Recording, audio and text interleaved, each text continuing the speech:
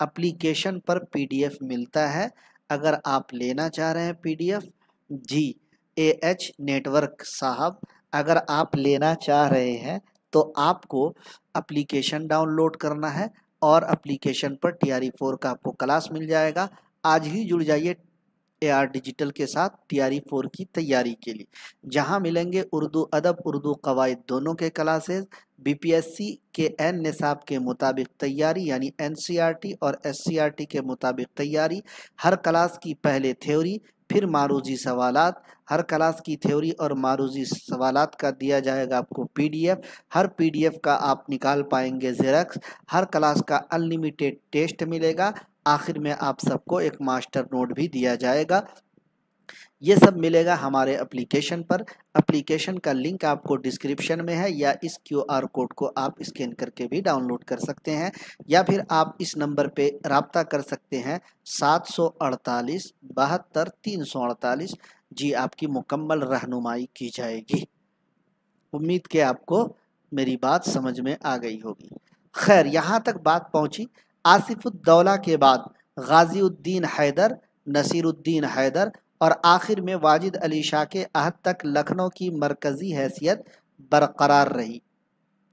فیض آباد پھر لکھنؤ میں شعر و سخن کی بساط جمانے والوں میں وہ شعراء پیش تھے جو دہلی اور اس کے اطراف سے ہجرت کر کے وہاں پہنچے تھے، جن میں مرزا محمد رفیع سودا، میر تقی میر، میر حسن، جرأت، مصحفی، رنگین، انشا وغیرہ کے نام قابل ذکر ہیں۔ اس کے بعد اگلی نسل ان شعراء کی تھی جو یا تو لکھنؤ فیض آباد میں پلے بڑھے اور استادی کے درجے تک پہنچے۔ ان میں ناسخ کا نام اور آتش کا نام سر فہرست ہے۔ ناسخ اور آتش استاد شعراء میں ان کا شمار ہوتا ہے۔ ان کے بعد ناسک کے شاگردوں میں وزیر، رشک، بحر وغیرہ کے نام نمایاں ہیں۔ آتش کے شاگردوں میں پنڈت دیا شنکر نسیم، صبا، رند، شوق وغیرہ نے لکھنؤ کی شعری روایت کے فروغ میں اہم رول ادا کیا، اہم کردار ادا کیا۔ لکھنوی شعراء نے صنف مرثیہ کی طرف بھی توجہ کی اور اسے درجہ کمال تک پہنچایا۔ تو یہ تھی بنیادی باتیں۔ اس میں اور کچھ بات تمہیدی کلمات۔ مرثیہ گو شعراء میں خلیق، ضمیر، انیس و دبیر نے خاص طور پر شہرت حاصل کی۔ بعد میں اوج، مونس، انس، عشق، وحید وغیرہ نے مرثیہ گوئی کی اس روایت کو جاری و ساری رکھا۔ ریختی کی بنیاد بھی لکھنؤ میں ہی پڑی۔ انشا، رنگین اور جان صاحب نے اس میں شہرت پائی۔ اس کے علاوہ واسوخت بھی یہاں نئی راہ نکالی گئی۔ امانت کا نام اس باب میں سر فہرست ہے۔ ریختی کی بنیاد، واسوخت کی بنیاد کہاں پڑی؟ لکھنؤ میں پڑی۔ وعلیکم السلام بعد میں آنے والے تمام ساتھیوں کو۔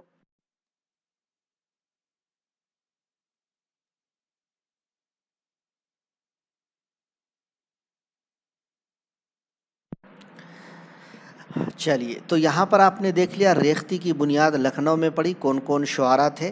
ہم نے شروع میں بتایا تھا کہ لکھنؤ میں جو شعر و ادب ہے، لکھنؤ میں شعر و ادب کے مطالعے کو 3 ادوار میں تقسیم کیا گیا ہے۔ ہم نے شروع میں ہی اسٹارٹنگ میں ہی بتایا ہے کہ پہلے دور میں کون کون لوگ، دوسرے دور میں کون کون لوگ اور تیسرے دور میں کون کون لوگ شامل ہیں۔ پہلے دور میں آئیے کچھ چیزوں کو جانتے ہیں۔ پہلا دور جو ہے، اس میں لکھنؤ میں اردو شاعری کا پہلا دور دہلی کے طرز پر ہی شروع ہوا، جس میں سادگی اور صداقت پسندی کو اہمیت حاصل تھی۔ تاہم رفتہ رفتہ لکھنؤ کی شاعری نے اپنی الگ شناخت قائم کی اور آہستہ آہستہ رنگینی، تکلف، تصنع کو اہمیت حاصل ہوتی چلی گئی۔ جب ہم دبستان دہلی، دبستان لکھنؤ پڑھائیں گے تو ہم بتائیں گے کہ دبستان لکھنؤ کے جو شعراء تھے ان کے ہاں رنگینی تھی، عریانیت تھی، فحاشی تھی، ہے نا، عورتوں کے اعضائے بدن، زیورات، کپڑوں تک پر بھی شعر و شاعری ہوئی۔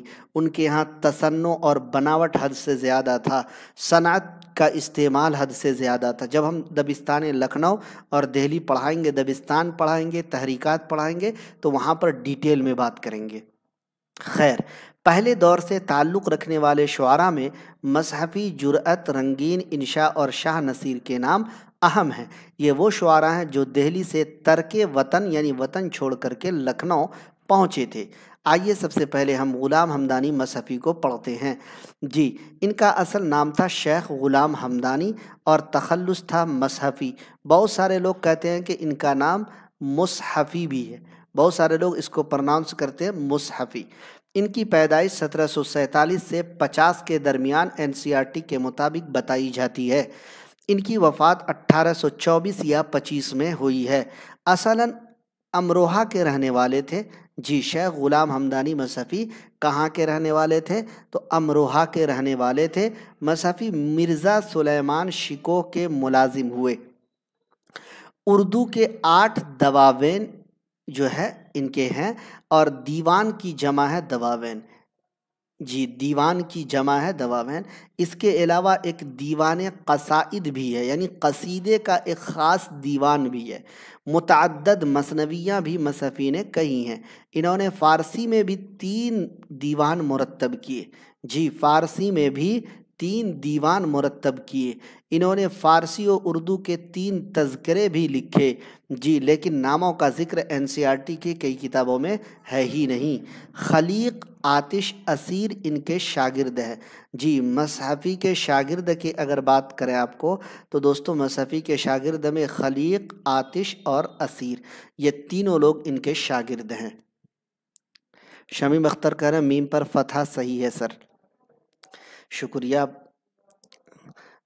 اس کے بعد نام ہے جرأت کا۔ ان کا اصل نام تھا شیخ یحییٰ امان قلندر بخش۔ کیا نام تھا؟ شیخ یحییٰ امان قلندر بخش۔ تخلص تھا جرأت۔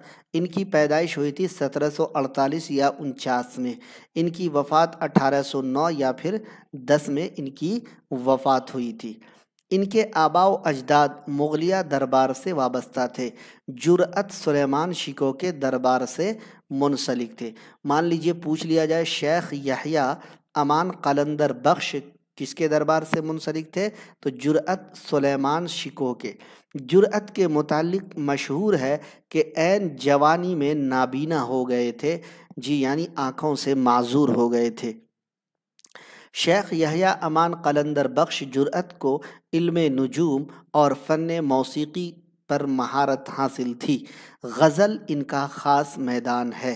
جی، شیخ یحییٰ امان قلندر، آواز کم ہو گیا؟ آواز کیوں کم ہو گیا بھائی؟ آواز تو ہمارے یہاں پورا ہے۔ غزل ان کا خاص میدان ہے۔ اگلے ہیں انشاء اللہ خان انشا۔ اصل نام انشاء اللہ خان، تخلص انشا، پیدائش 1752 مرشید آباد بنگال۔ پیدائش کہاں ہوئی تھی؟ مرشید آباد بنگال۔ وفات 1817 میں۔ والد کا نام تھا ماشاء اللہ خان۔ دہلی میں شاہ عالم کے دربار سے وابستہ ہو گئے تھے۔ شکریہ شمیم بھائی۔ انشا کا دیوان صرف 16 سال کی عمر میں مکمل ہو گیا تھا۔ 16 سال کی عمر میں آج کی جنریشن، آج کے بچے، جی آج کی جنریشن اور آج کے بچے واٹس ایپ، فیس بک، گلی ڈنڈا کھیلتے ہیں 16 سال کی عمر میں، لیکن انشاء اللہ خان انشا جی صرف 16 سال کی عمر میں ان کا دیوان مکمل ہو گیا تھا۔ شکریہ فان۔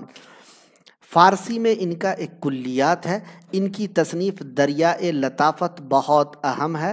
دریائے لطافت اردو زبان و قواعد کی پہلی کتاب ہے جسے کسی اہل زبان نے لکھی تھی۔ دریائے لطافت کیسی کتاب ہے؟ اردو زبان و قواعد کی پہلی کتاب، اور جسے کسی اہل زبان یعنی زبان والے زباندان نے لکھی۔ دریائے لطافت سعادت علی خان کی فرمائش پر لکھی گئی۔ دیکھیں بیچ بیچ میں ایسا پوائنٹ ہے جسے آپ VVIP پوائنٹ کہیے۔ دریائے لطافت کس کی فرمائش پر؟ تو سعادت علی خان کی فرمائش پر لکھی گئی ہے۔ دریائے لطافت اردو زبان و قواعد کی پہلی کتاب ہے۔ رانی کیتکی کی کہانی سلک گوہر ان کے مختصر داستان ہے۔ کن کے؟ انشاء اللہ خان انشا کے۔ رانی کیتکی کی کہانی یعنی ترکی روزنامچہ 1 ماہ 6 دن کے حالات پر مشتمل ہے۔ کہانی میں انشا نے یہ اہتمام کیا کہ عربی اور فارسی کا کوئی لفظ نہ آنے پائے۔ چنانچہ انشاء اللہ خان انشا نے یہ بات کہی تھی کہ ایسی کہانی لکھوں گا کہ جو غیر ملکی زبان سے خالی ہوگی۔ دیکھیے، انشا نے رانی کیتکی کی کہانی لکھنے سے قبل کہا کہ ایسی کہانی لکھوں گا جو غیر ملکی زبان سے خالی ہوگی، تو اس لیے رانی کیتکی کی کہانی میں عربی اور فارسی کا کوئی بھی الفاظ نہیں ہے۔ اور انہوں نے کیا کہا تھا؟ انہوں نے کہا تھا یہ وہ کہانی ہے جس میں ہندی چھٹ، کسی اور بولی کا میل ہے نہ پٹ۔ TRE-1 میں پوچھا گیا ہے۔ کب پوچھا گیا ہے؟ TRE-1 میں پوچھا گیا ہے کہ یہ وہ کہانی ہے جس میں ہندی چھٹ، کسی اور بولی کا میل ہے نہ پٹ۔ سلک گوہر 36 صفحات پر مختصر داستان ہے جو غیر منقوطہ ہے۔ منقوطہ بولتے ہیں نقطے والے کو۔ منقوطہ کس کو بولتے ہیں ساتھیوں؟ نقطے والے کو۔ لیکن غیر لگ گیا مطلب بغیر نقطے والے کو۔ غیر منقوطہ اس میں کوئی حرف نقطے والا نہیں ہے۔ جی سلک گوہر، مان لیجئے کہ آپ کو 3 آپشن دے، حسب بالا میں ایک سے زیادہ، حسب بالا میں سے کوئی نہیں، ملا کر 5 آپشن دے، اور ایک تصنیف وہاں پر دے کہ سلک گوہر بھی ایک آپشن رہے۔ سوال رہے کہ درج ذیل میں کون غیر منقوطہ ہے؟ جی غیر منقوطہ تصنیف کی نشاندہی کیجئے، تو سلک گوہر ہو جائے گا۔ اور اگر آپ کو دے دے کہ ایسے مصنف کی نشاندہی کیجئے کہ جن کی داستان غیر منقوطہ ہے، انشاء اللہ خان انشا کا نام آئے گا۔ ایسے مصنف کی نشاندہی کیجئے جس کی تصنیف عربی اور فارسی الفاظ سے خالی ہے، تو انشاء اللہ خان انشا کا نام تصنیف ہوگی رانی کیتکی کی کہانی۔ ریختی میں بھی ان کا ایک دیوان موجود ہے۔ انشاء اللہ خان انشا کا ریختی میں بھی ایک دیوان موجود ہے۔ اگلے مصنف ہے رنگین۔ جی ان کا اصل نام سعادت یار خان تخلص رنگین، پیدائش 1758 سے 63 کے درمیان دہلی میں ہوئی۔ NCERT کہتا ہے کہ ان کی جو پیدائش ہوئی ہے 1758 سے 63 کے درمیان، کوئی مطلب ایک سال مقرر نہیں بتائی گئی۔ ان کی وفات 1834 یا 35 میں ہوئی ہے۔ اگر بات کی جائے ان کے استاد کون تھے، تو شاہ حاتم جی رنگین کے استاد تھے۔ شاہ حاتم جو ہے ان کے استاد تھے۔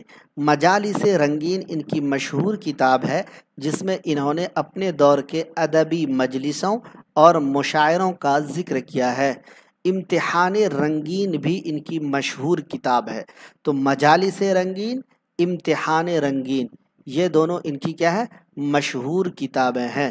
کہا جاتا ہے کہ شمالی ہند میں ریختی کہنے والے پہلے شاعر رنگین ہیں۔ کیا کہا جاتا ہے؟ شمالی ہند میں ریختی کہنے والے پہلے شاعر رنگین ہیں۔ پوائنٹ ٹو بی نوٹڈ، اس پوائنٹ کو نوٹ ڈاؤن کیجئے اسٹار مارک لگا کر کے۔ سلطان ٹیپو شہید کے عنوان سے ان کا ایک قصیدہ بھی بہت مشہور ہے۔ جی اس کے بعد بات کرتے ہیں شاہ نصیر کی۔ شاہ نصیر کا وطن دہلی تھا، ماں باپ کے اکلوتے بیٹے تھے۔ پیدائش 1760 سے 61 میں دہلی میں ہوئی۔ ان کی وفات 1838 حیدرآباد میں ہوئی۔ شاہ محمدی مائل سے اصلاح لیا کرتے تھے۔ شاہ نصیر کن سے اصلاح لیا کرتے تھے؟ شاہ محمدی مائل سے۔ تو شاہ محمدی مائل شاہ نصیر کے استاد ہو گئے۔ انہوں نے لکھنؤ کے کئی سفر کیے، یہاں آتش و ناسک سے معرکہ آرائیاں بھی رہی ہیں۔ شاہ نصیر کے کلام میں خارجیت، تصنع اور رعایت لفظی کا عنصر زیادہ ہے۔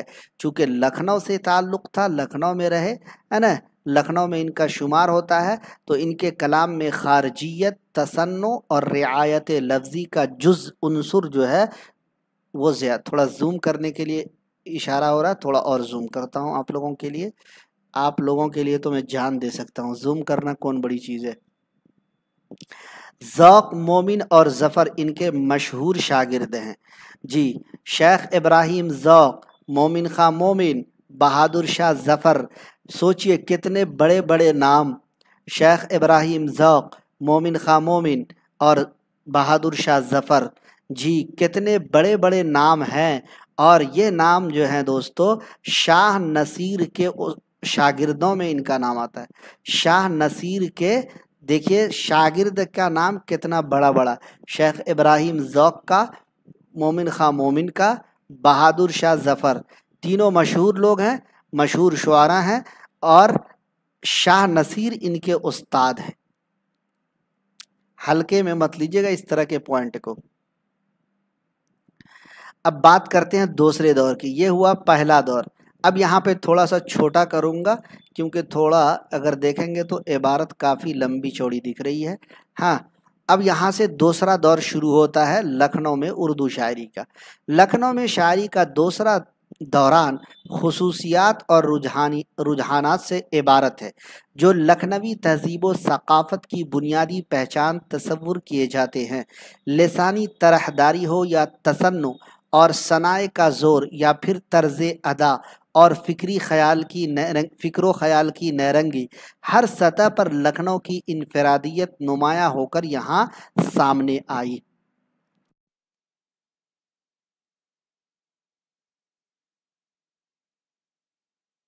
اچھا سراج الدین صاحب کہہ رہے ہیں اتنی بڑی قربانی کے لیے بہت بہت شکریہ۔ نہیں بھائی ہم آپ سے جڑے ہیں، اگر آپ کو کچھ دقت ہوگی تو مجھے بھی اس سے دقت ہے۔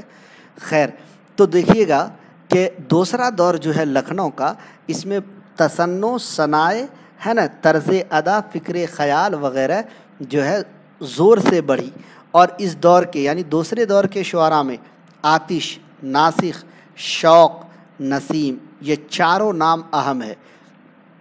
جی آتش اور ناسخ استاد شعراء میں شمار، شوق لکھنوی جی تصدق حسین نام ہے، اور یہ جو ہے مثنوی کی وجہ سے ہے مشہور، اور پنڈت دیا شنکر نسیم اپنی مثنوی گلزار نسیم کی وجہ سے مشہور ہے۔ نیچے ابھی پڑھیں گے ساری چیزوں کو۔ تو یہ چاروں نام دوسرے دور میں لکھنؤ کے۔ سب سے پہلے ہم آتش کو پڑھتے ہیں۔ آتش کا نام ایک نمبر پہ ہے۔ اصل نام تھا خواجہ حیدر علی۔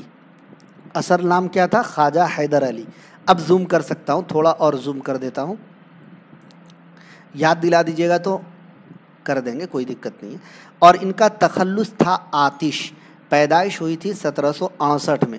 آتش کے بارے میں اکثر و بیشتر سوالات بنتے، کوئی بھی مقابلہ جاتی امتحان ہو نا، ان کے بارے میں اکثر و بیشتر سوالات بنتے ہیں، پیدائش ہو، وفات ہو، تخلص ہو، تو یاد رکھیے گا۔ اصل نام خواجہ حیدر علی، تخلص آتش، پیدائش 1768 اور وفات 1847۔ ایک نیا پوائنٹ ایڈ کیا گیا ہے اس میں، آتش کے بزرگ بغداد سے ہندوستان آئے تھے اور دہلی میں سکونت اختیار کی تھی۔ یہ نیا پوائنٹ ہے، پچھلے بار ہم نے پڑھایا نہیں تھا یہ سب۔ دوسرا تیسرا پوائنٹ جو اس میں ہے یہ بھی ایڈ کیا گیا ہے، ان کے والد دہلی چھوڑ کر فیض آباد میں آ کر بس گئے تھے، اور خواجہ حیدر علی آتش کی پیدائش وہیں یعنی فیض آباد میں ہی آتش کی پیدائش ہوئی۔ کہاں پہ؟ فیض آباد میں۔ نواب شجاع الدولہ کے عہد میں ان کے والد جن کا نام تھا خواجہ علی بخش دہلی سے فیض آباد منتقل ہوئے تھے۔ پوچھ لیا جائے کہ خواجہ حیدر علی آتش کے جو والد ہیں کن کے عہد میں دہلی سے فیض آباد آئے تھے، تو نواب شجاع الدولہ کے عہد میں آتش کے والد محترم دہلی سے فیض آباد آئے تھے۔ آتش کے جو آباء و اجداد ہیں، ان کے دادا پردادا ہیں، ان کے اسلاف ہیں، ان کے بزرگ ہیں، وہ بغداد سے ہندوستان آئے تھے۔ کہاں سے؟ بغداد سے، یاد رکھیں گے۔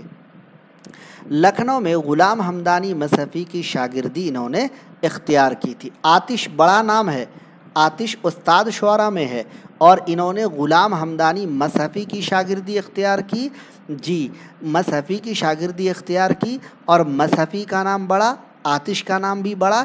استاد اور شاگرد کے بارے میں ہر حال میں پوچھا جاتا ہے، تو آتش نے غلام حمدانی مصحفی کی شاگردی اختیار کی۔ بعد میں کسی بات پر خفا ہو کر انہوں نے اپنا رشتہ توڑ لیا تھا۔ خیر ان کی شاعری میں لکھنوی طرز نمایاں ہے۔ لکھنؤ کا انداز، لکھنؤ کا اسلوب، خارجیت، تصنع اور دوستو صنعتوں کا بیجا استعمال، جی یہ سب جو ہے لکھنوی شاعری میں نمایاں ہے۔ ان کی شاعری میں لکھنوی طرز سے مراد وہی ہے، وہی ساری چیزیں نمایاں ہے۔ آتش نواب محمد تقی خاں کے دربار سے منسلک ہوئے، یہ پوائنٹ بھی اس میں نیا ایڈ کیا گیا ہے، اور یہ NCERT کی کوئی جو ہے نیچے کتاب کی بک ہے اس میں نے تلاش کیا ہے، ملاتا رہتا ہوں نا کہ نچلے کلاس کے بک میں آتش کے متعلق کیا ہے، اوپر کے کلاس کے بک میں آتش کے متعلق کیا ہے نا، تو وہاں پر دیکھا گیا کہ آتش جو ہے یہ نواب محمد تقی خاں کے دربار سے منسلک ہوئے تھے۔ آگے بڑھتے ہیں، اب بات کرتے ہیں استاد شاعر ناسک کے بارے میں۔ اصل نام تھا شیخ امام بخش، اور دوستو تخلص تھا ناسک۔ پیدائش 1772 سے 76 کے درمیان فیض آباد میں ہوئی، وفات 1838 میں ہوئی۔ ان کا شمار لکھنؤ کے اساتذہ شعراء میں ہوتا ہے جس کا ذکر میں نے آپ کو کیا۔ انہوں نے شاعری کا وہ انداز اپنایا جسے خیال بندی اور مضمون آفرینی کہتے ہیں۔ یہ بھی مجھے NCERT کے 7 یا 8 کلاس کی بک میں مجھے ملا یہ والا پوائنٹ کہ انہوں نے، یعنی دوستو ناسک نے، ناسک کا ہی نام ہے نا جی، شیخ امام بخش ناسک نے شاعری کا وہ انداز اپنایا جسے خیال بندی اور مضمون آفرینی کہتے ہیں۔ غازی الدین حیدر نے انہیں ملک الشعراء کا خطاب بھی دیا تھا۔ اگر پوچھے کہ ناسک کو کس نے ملک الشعراء کا خطاب دیا تو غازی الدین حیدر نے۔ شیخ امام بخش ناسک نے 3 دیوان اور 2 مثنویاں اپنی یادگار چھوڑی ہیں۔ لے کے ہی چلے جاتے، کیوں چھوڑ دیے ہیں؟ چلیے اب بات کرتے ہیں شوق لکھنوی کی۔ اصل نام تھا تصدق حسین خاں، عرفیت نواب مرزا، تخلص شوق۔ پیدائش 1782 لکھنؤ، وفات 1871 لکھنؤ۔ علم طب پر، طب کا مطلب کیا ہوتا ہے؟ ڈاکٹری۔ علم طب پر انہوں نے مکمل دسترس حاصل کر لیا۔ جھولا چھاپ ڈاکٹر نہیں، جھولا چھاپ ڈاکٹر ہوتا ہے نا آپ کے یہاں، وہ نہیں، علم طب پر یعنی ڈاکٹری نالج پر ہے نا، انہوں نے مکمل دسترس حاصل کر لی اور طبابت کو، ڈاکٹری کو بطور پیشہ اختیار کیا۔ ہاں ہنسی آ رہی ہے۔ واجد علی شاہ کے عہد حکومت میں شاہی معالج مقرر ہوئے۔ معالج کا مطلب ہوا علاج کرنے والا، معالج کا مطلب علاج کرنے والا۔ تو واجد علی شاہ کے عہد حکومت میں بادشاہ مطلب جو ہے شاہی معالج یعنی دربار کے ڈاکٹر مقرر ہوئے۔ آتش کی شاگردی اختیار کی تھی، دیکھیے غور کیجئے گا جی، تصدق حسین خاں یعنی شوق لکھنوی جو تھے جی، خواجہ حیدر علی آتش کے شاگرد ہیں جی، خواجہ حیدر علی آتش کے کیا ہیں؟ شاگرد ہیں۔ منسلک کا مطلب کہاں پہ تھا؟ ایک منٹ رکیے دیکھتے ہیں۔ منسلک کا مطلب نہیں دکھ رہا ہے یہاں پہ، کہاں تھا منسلک؟ منسلک کا مطلب ہوتا ہے مطلب جو ہے ٹچ میں رہنا یا جڑ جانا ہے نا۔ منسلک کا مطلب اگر یہاں لفظ میں کہیں پر آیا ہے تو بتائیے نا، میں دکھا دیتا ہوں جی تاکہ میں آپ کو بتا دوں منسلک کہاں چلا۔ ہاں، آتش نواب محمد تقی خاں کے دربار سے منسلک ہوئے مطلب جڑ گئے ہے نا، دربار سے جڑ گئے، منسلک ہو گئے، جڑ گئے۔ خیر، تو یہاں پر بات ہو رہی تھی کہ شاہی معالج مقرر ہوئے اور شوق لکھنوی خواجہ حیدر علی آتش کے شاگرد ہیں، دھیان رکھیں گے۔ ان کی مثنویاں ہیں فریب عشق، بہار عشق اور زہر عشق، یہ تینوں ان کی بہت مشہور مثنویاں ہیں جی۔ عام طور پر زہر عشق جو ہے یہ بہار بورڈ میں SCERT میں شامل نصاب ہے۔ NCERT میں تو مجھے لگتا ہے کہ ہے ہی ہے، لیکن SCERT میں بھی زہر عشق جو ہے شامل نصاب ہے۔ ان تینوں مثنویوں میں زہر عشق سب سے زیادہ شہرت پائی ہے اور اس مثنوی کے بارے میں عام طور پر ایک سوال پوچھا جاتا ہے کہ عام طور پر یہ سوال پوچھا جاتا ہے کہ زہر عشق میں کہاں کی تہذیب و معاشرت کا نقشہ کھینچا گیا، اس طریقے سے سوال پوچھا جاتا ہے۔ تو لکھنوی تہذیب و معاشرت کا نقشہ زہر عشق میں تصدق حسین خاں یعنی شوق لکھنوی نے کھینچا ہے۔ اس مثنوی دیکھیے اگلا پوائنٹ تو ہے ہی ہے، اس مثنوی میں لکھنوی تہذیب و معاشرت کی سچی تصویر کشی کی گئی ہے، اور یہ سوال بنتا ہی بنتا ہے۔ اگلا نام اگر آپ دیکھیں گے پنڈت دیا شنکر نسیم کا ہے، کون نہیں جانتا ہوگا اردو ادب پڑھنے والے بچے۔ اصل نام تھا پنڈت دیا شنکر اور نسیم ان کا تخلص تھا۔ پیدائش 1811 لکھنؤ، وفات 1845۔ والد کا نام تھا گنگا پرساد کول۔ 20 برس کی عمر میں شعر کہنے لگے تھے، آتش کی شاگردی اختیار کی۔ اب دیکھیے دوستو بڑے بڑے نام ہم نے شروع میں کہا تھا نا، شوق لکھنوی، جی دوستو شوق لکھنوی اور دوستو پنڈت دیا شنکر نسیم، ان دونوں نے خواجہ حیدر علی آتش کی شاگردی اختیار کی۔ کن کی شاگردی؟ یاد رکھیے گا، بہت امپورٹنٹ ہے، اگر کاپی قلم لے کے بیٹھے ہیں تو ایک جگہ اس کو لکھ لیجئے کیونکہ بہت امپورٹنٹ ہے۔ 99% چانسز ہیں کہ یہ پوچھا ہی جاتا ہے شاگردوں میں عام طور پر۔ تو شوق لکھنوی آتش کے شاگرد، پنڈت دیا شنکر نسیم بھی آتش کے شاگرد ہیں۔ پنڈت دیا شنکر نسیم کا ایک مختصر دیوان ہے اور ان کی جو شہرت ہے وہ گلزار نسیم مثنوی لکھنے کی وجہ سے ہے۔ جی ان کی جو شہرت ہے، کلاس 10 کے اسباب میں ان کا SCRT سبق ہے، بالکل مشکور صاحب۔ مثنوی گلزار نسیم کی بات کریں اگر ہم تو 1838 یا 39 میں لکھی گئی اور 1844 میں مثنوی گلزار نسیم شائع ہوئی۔ اس میں جو کہانی لکھی گئی گلزار نسیم میں وہ قصہ گل بکاولی کے نام سے مشہور ہے۔ کبھی کبھی یہ بھی پوچھا جاتا ہے قصہ گل بکاولی کے نام سے کون سی مثنوی مشہور ہے، تو زیادہ تر بچے اس میں کنفیوز ہو کر کے سحر البیان بتا دیتے ہیں، جو کہ سحر البیان نہیں بلکہ گلزار نسیم مثنوی قصہ گل بکاولی کے نام سے مشہور ہے۔ اور یہ جو قصہ ہے عزت اللہ بنگالی نے فارسی زبان میں لکھا تھا۔ عزت اللہ بنگالی نے کس زبان میں لکھا تھا؟ فارسی زبان میں لکھا تھا۔ اس کا اردو ترجمہ جو ہے نہال چند لاہوری نے مذہب عشق کے نام سے کیا۔ یہ سب پوائنٹ نیا ایڈ کیا گیا ہے، یہ سب پوائنٹ نیا ایڈ کیا گیا ہے، ٹھیک ہے، یاد رکھیے گا۔ گلزار نسیم مثنوی قصہ گل بکاولی کے نام سے مشہور ہے۔ اس قصے کو پہلے عزت اللہ بنگالی نے فارسی میں لکھا، اردو میں اس کا نہال چند لاہوری نے مذہب عشق کے نام سے ترجمہ کیا۔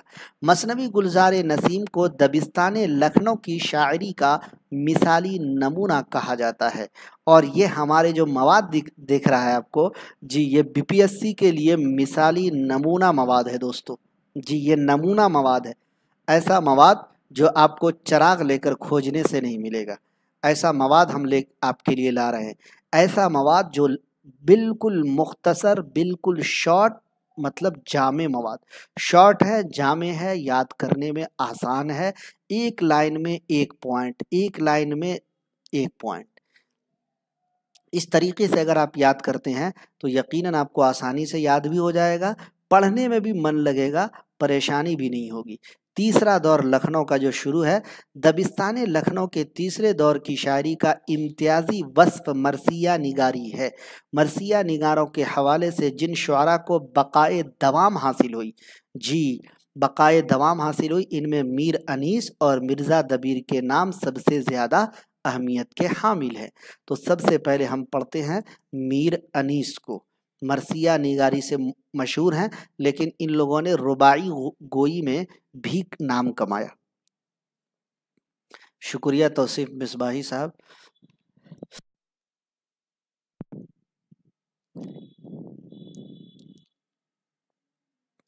میر انیس کی بات کرتے، اصل نام تھا میر ببر علی، تخلص تھا انیس، لیکن ابتدائی تخلص ان کا حزی تھا۔ اب بولیے گا ابتدائی تخلص کیا ہوتا ہے؟ تو شروع میں یہ حزی تخلص کیا کرتے تھے، شروع میں کیا کرتے تھے؟ حزی تخلص کیا کرتے تھے، یہ بھی پوچھ لیا جاتا ہے کبھی کبھی کہ میر انیس کا پہلے کا تخلص کیا تھا، تو حزی۔ پیدائش 1802 فیض آباد، وفات 1874 لکھنؤ۔ اور دوستو میر انیس جو ہے میر مستحسن خلیق کے بیٹے تھے، یعنی ان کے والد کا نام تھا میر مستحسن خلیق، یعنی انیس جو ہے جی کن کے، خلیق کے بیٹے تھے۔ دادا کا نام تھا میر غلام حسن۔ یہ میر غلام حسن وہی ہیں جن کا سب سے بڑا کارنامہ سحر البیان ہے، اور یہ سحر البیان بہت مشہور و معروف ہے۔ تھوڑا تھوڑا کرائیں سر، سب ایک ساتھ سمجھ نہیں آتا۔ نیشو انصاری کلاس لے لیجئے، PDF لے کے پڑھیے، سب سمجھ میں آئے گا، بہت پڑھنا ہے ابھی۔ انیس ناسخ کے کہنے پر 1816 میں حزی سے بدل کر تخلص انیس کر لیا تھا۔ اب دیکھیں کبھی کبھی سوال یہ بھی بنتا ہے کہ انیس جو ہے کس کے کہنے پر حزی مطلب حزی سے اپنا تخلص انیس کر لیا تھا، یعنی حزی پہلے ابتدا تخلص کرتے تھے، تو حزی سے تخلص انیس انہوں نے جو کیا کس کے کہنے پر، تو ناسک کے کہنے پر۔ کب کیا؟ تو 1816 میں۔ 2 پوائنٹ اس لائن میں ہے، دونوں پوائنٹ کو آپ بنا کر یاد کیجئے گا۔ آگے بڑھتے ہیں۔ انیس نے صرف 13 سال کی عمر میں شعر گوئی کی شروعات کی تھی۔ 13 سال۔ ان کے مرثیہ فصاحت و بلاغت کی عمدہ مثال ہے۔ ان کے مراثی، مرثیہ کی مراثی جمع ہے، 5 جلدوں میں شائع ہوئے ہیں۔ انیس نے اردو شاعری میں سب سے زیادہ الفاظ استعمال کرنے والے شاعر ہیں۔ دھیان رکھیے گا، دیکھیں کیسا کیسا پوائنٹ آپ کے لیے لا رہا ہوں۔ انیس نے اردو شاعری میں سب سے زیادہ الفاظ استعمال کیے۔ انیس کے ہر لفظ اور ہر محاورے کے آگے سب کو سر جھکانا ہی پڑتا ہے۔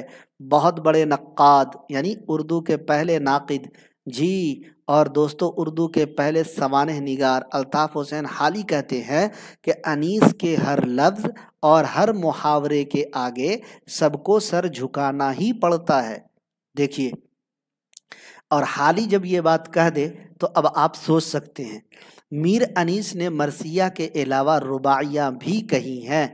اردو میں رباعیات کے نمائندہ شاعر ہیں، لیکن صرف مرثیہ گوئی کے لیے آپ لوگ جانتے ہیں کہ یہ مرثیہ گوئی میں انہوں نے نام کمایا، نہیں، اردو میں رباعیات کے نمائندہ شاعر ہیں دوستو۔ اور NCERT کہتا ہے ان کی رباعیوں میں اخلاقی اقدار، فکری گہرائی اور فلسفیانہ رنگ نمایاں ہے جی۔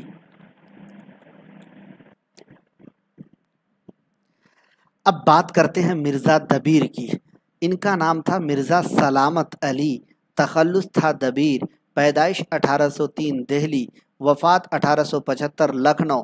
دبیر کے اجداد ایران سے آئے تھے، میر ضمیر کے شاگرد تھے جی۔ دبیر کن کے شاگرد تھے؟ تو مرزا دبیر جو تھے وہ میر ضمیر کے شاگرد تھے۔ استاد شاگرد کو تو رٹ ہی ڈالیے آپ لوگ۔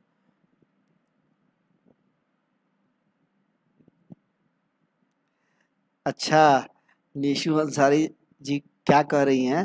ہاں آپ زیادہ ہوشیار ہیں، لے لیجئے۔ ارے مت لیجئے نا، کوئی بات نہیں ہے، مت لیجئے۔ ان کی 2 مثنویاں ہیں، چلیے اچھا ہے۔ ان کی 2 مثنویاں ہیں، ایک کا نام ہے احسن القصص اور دوسرے کا نام ہے معراج نامہ جی۔ وہ تو آپ کے اوپر ڈیپینڈ ہے نیشو جی کہ آپ لینا چاہیں تو لیں، نہیں لینا چاہیں تو مت لیجیے۔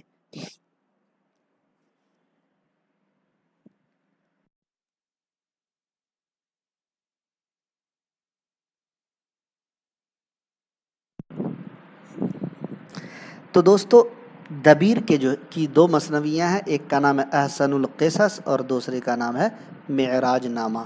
1 منٹ رکیے گا۔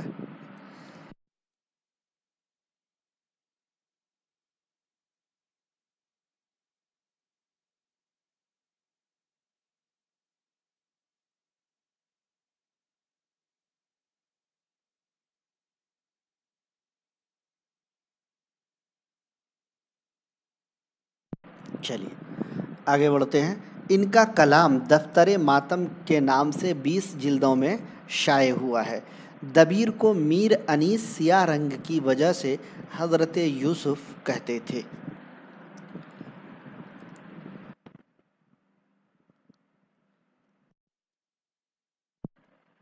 خیر، تو دوستو یہ تھے آج کے مواد، جس میں ہم نے پڑھا لکھنؤ میں اردو شاعری۔ کیا پڑھا؟ لکھنؤ میں اردو شاعری، پہلا دور، دوسرا دور اور تیسرے دور کو، اور پہلے، دوسرے، تیسرے دور کے شعراء کرام کو۔ کیسا لگا آج کا کلاس؟ اپنی رائے کا اظہار کمنٹ باکس میں ضرور دیجیے گا۔ باقی پسند آئے تو کلاس کو لائک اور شیئر کر دیجیے گا۔ کسی بھی مقابلہ جاتی امتحان کی اگر تیاری کرنا چاہ رہے ہیں تو AR ڈیجیٹل کے یوٹیوب چینل کو سبسکرائب کر لیجئے گا، اپلیکیشن کو بھی ڈاؤن لوڈ کر لیجئے گا، اور ٹیلی گرام واٹس ایپ گروپ میں جوائن ہو جائیے گا اگر جوائن ہو جائے۔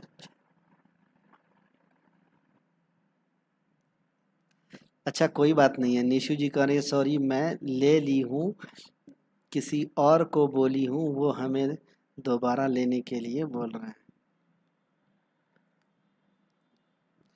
فنٹاسٹک سر، شمیم اختر، بہت بہت شکریہ۔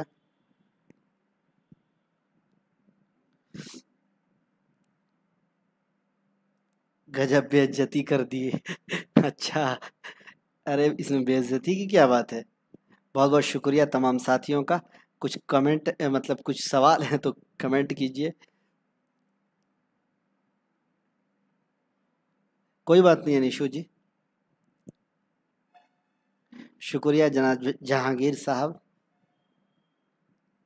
انشاءاللہ کل اس کا معروضی سوالات لگا دیں گے، اور آج جو ہے، کل جو ٹیسٹ لگانے کے لیے بولے تھے، میں ذہن سے نکل گئی تھی بات، آج لگا دیتا ہوں تھوڑی دیر میں، ہے نا؟ میں لگا دیتا ہوں، آپ کبھی سے بھی دے سکیں، چیک کر لیجئے گا۔ جیسے ہی ایڈ کریں گے نا ٹیسٹ، آپ کو معلوم چل جائے گا کہ ایک کنٹینٹ یا ٹیسٹ جو ہے ایڈ ہوا ہے، تو آپ ٹیسٹ کبھی سے بھی دے دیجئے گا، کوئی قید نہیں ہے کہ 10 بجے دیجئے گا، ہے نا؟ آپ لگا لیجئے گا۔ چلیے، بہت بہت شکریہ آپ سب کا AR ڈیجیٹل پر جڑنے کے لیے، اپنا پیار بنائے رکھنے کے لیے۔ باقی AR ڈیجیٹل کو عام کرنے میں، AR ڈیجیٹل کو پھیلانے میں ہماری مدد کیجیے، جی شیئر کیجیے۔